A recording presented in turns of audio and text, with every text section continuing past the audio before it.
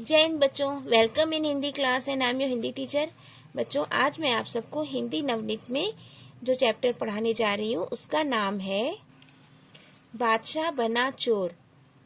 बच्चों, open this chapter 104, page number 104 पे बादशाह बना चोर। बच्चों, पहले मैं आपको इस पाठ के बारे में बता देती हूँ। हर इंसान में कोई न कोई हुनर होता है। अगर उस हुनर को गलत कार्य में प्रयोग करने की जगह अच्छे कार्यों में प्रयोग किया जाए तो जीवन में प्रसिद्धि और सफलता अवश्य प्राप्त होती है। प्रस्तुत पाठ में वर्णित कहानी में यही संदेश दिया गया है। बच्चों, अब मैं आप सबको एक कहानी सुनाऊंगी जिसमें यही संदेश दिया गया है कि हमेशा अपने हुनर को अच्छे कार्यों में लगाना चाहिए, न कि गलत कार्यों में। तो चलिए बच्चों, शुरू करते हैं। बादशाह बना चोर। गजनी का बादशाह एक दिन रात को वेश बदल कर घूम रहा था। उसे एक दीवार के पास कुछ चोर छिप छिप कर चलते फिरते दिखाई दिए तो वह उनकी ओर बढ़ा। चोरों ने भी उसे देखा और ठिठक कर खड़े हो गए। उनमें से एक चोर ने पूछा, भाई तुम कौन हो और रात के समय यहाँ क्यों घूम रहे हो? तो बादशाह ने कहा, मैं भी तुम्हारा भाई हूँ और धंधा करने निकला हूँ। चोर बड़े प्रसन्न हुए और कहा, तुमने बड़ा अच्छा किया जो हमें मिल गए। आदमी जितने ज्यादा होंगे उतने ही अधिक माल लूट सकेंगे। चलो राजमहल में चोरी करें। जब सभी चोर आगे बढ़े तो उनमें से एक ने कहा, पहले यह तो जान ले कि कौन आदमी किस काम में माहिर है। जो आदमी ज्यादा गुणवान होगा वही हमारा सरदार होगा।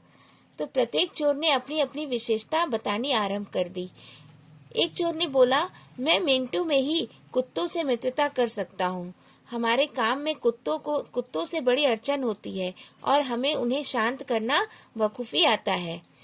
तो दूसरा बोला, मेरी आंखें अंधेरे में भी अच्छी तरह देख लेती हैं।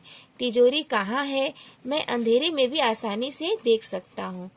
तो तीसरा चोर बोला, मैं सेंध लगाने में माहिर हूँ। मोटी से मोटी दीवार में इतनी आसानी से छेद कर सकता हूँ कि जरा भी आहट नहीं होती। चौथा चोर बोला, मैं गड़े हुए धन का पता लगा सकता हूँ।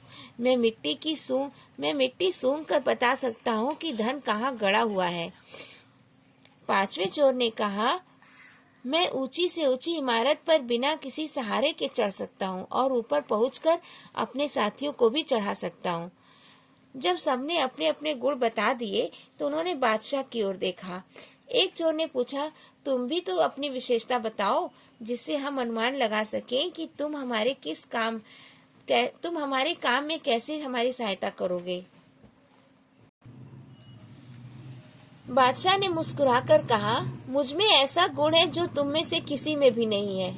अरे वाह, ऐसा क्या गुण है, हमें भी बताओ, सब चोरों ने मिलकर कहा। फिर बादशाह ने कहा, मैं अपराधों को क्षमा कर सकता हूँ।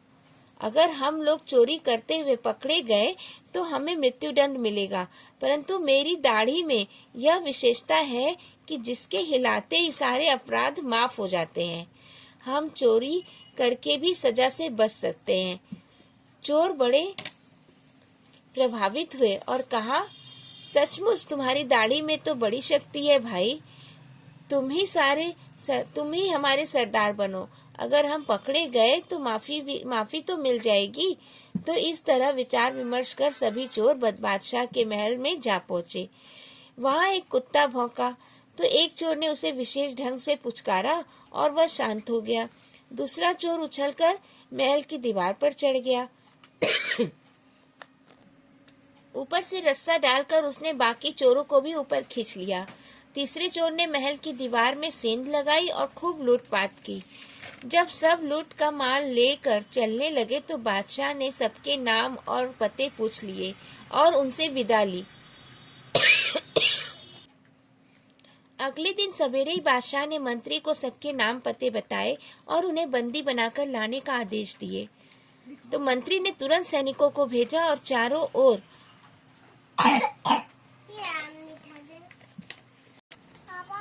फिर क्या हुआ बच्चों? मंत्री के आदेश को सुनकर सभी सैनिकों ने चोरों को पकड़ने के लिए उनके घर पर जाकर उन्हें पकड़ लिया।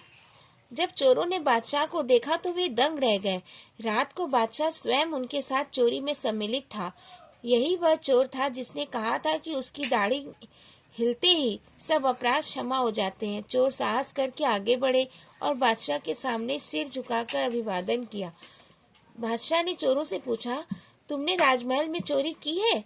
सबने एक स्वर में उत्तर दिया, हाँ हुजूर, यह अपराध हमने ही किया है। तो बादशाह ने पूछा, तुम लोग कितने थे? हुजूर, हम 6 लोग थे, चोरों ने कहा। छठा चोर कहाँ है? बादशाह ने पूछा। तो अन्नदाता क्षमा करे, किंतु छठे चोर आप ही थे। तो चोरों ने जवाब दिया कि कौन था छठा चोर? वो बादशाह स्वयं थे। तो चोरों की बात सुनकर सभी दरबारी दंग रह गए, किंतु बादशाह मुस्कुराए और पूछे, अच्छा, अब तुम सब क्या चाहते हो? चोरों ने कहा, अन्नदाता, हम सब ने तो अपना अपना हुनर दिखा दिया, अब छठे की बारी है, जिसने कहा था कि उसकी दाढ़ी हिलते ही बड़े से बड़ा अपराध भी माफ हो जाता है। तो अब आप अपना हुनर दिखाइए, जिससे हम सब का जीवन बच जाए। तो चोरों की हाजिर जवाबी से बादशाह बहुत प्रसन्न हुए। उसने कहा, तुम सभी प्रतिभाशाली हो और अपना काम बड़ी लगन से करते हो। अपने हुनर को गलत कामों में मत लगाओ, उससे राज्य का भला करो। तो चोरों ने फिर चोरी करने का धंधा छोड़ दिया और बादशाह ने उन्हें अपने खुफिया विभाग में नौकरी प्रदान कर दी। तो चलिए बच्चों, अब आप ये चैप्टर कंप्लीट हो गया। आप सब इस चैप्टर का फिर से रीडिंग करिएगा और अभ्यास कार्य को स्वयं से भरने का प्रयास करिएगा। Thank you.